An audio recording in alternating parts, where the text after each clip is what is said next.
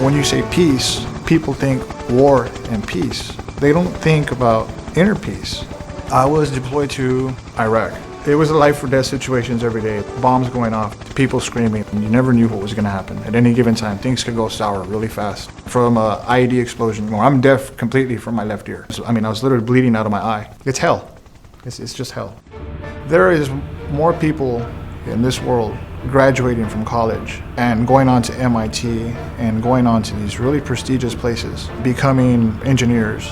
Instead of engineering a better place to, let's say, teach the world about peace, they engineer another device or another weapon of mass destruction. You don't ever hear on the news, so-and-so just graduated from MIT and she's created this big peace class, and you don't ever hear that. Let's get back to me when I first came home. This is a whole other war coming home. I would definitely want other veterans to understand. One, you got to get back in touch with your family. Getting back in tune with society. The reality of it is, some people don't want to be around us.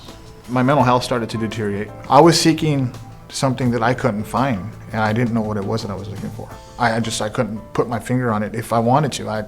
My wife tried taking me to church. I embarrassed her at church, and it was just, I couldn't do a lot of these things that I thought I could do.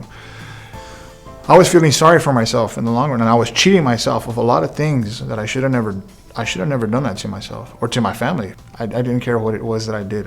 I was never happy. I couldn't drink enough to be happy. I couldn't yell at my wife enough to be happy. It didn't matter. I was a really sour man. That first week that I was out, I acquired this charge that I'm sitting here on now. I'm here for DWI with a child passenger. Court was coming up. I didn't go to court. I'm on the run. I'm on bond. I got people looking for me. I got sober enough one day to send my wife to Minnesota. I said, look, they're going to find me. They actually turned myself in, and here I am 2 years later, sober and better.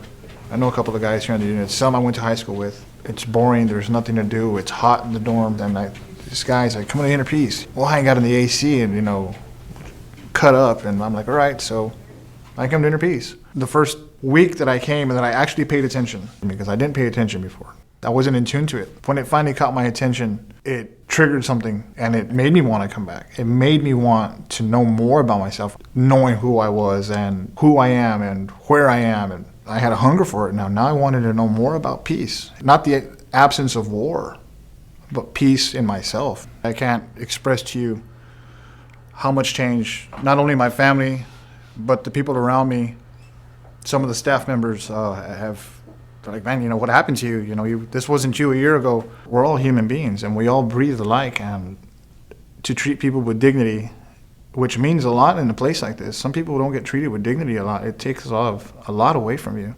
And knowing now what I know about inner peace, it's brought a lot of things to light in my life. And even being in the combat zone, I think that this class could still help a lot of men and women that are out there now looking for peace because of the situation that they're in. I'm sure that, and there wasn't a day that we didn't pray that, I hope this ends soon.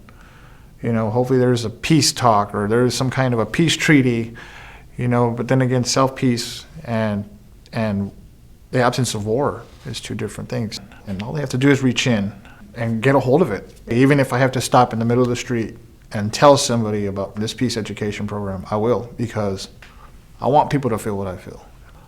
I don't see things the way I used to. I see things in a whole new light.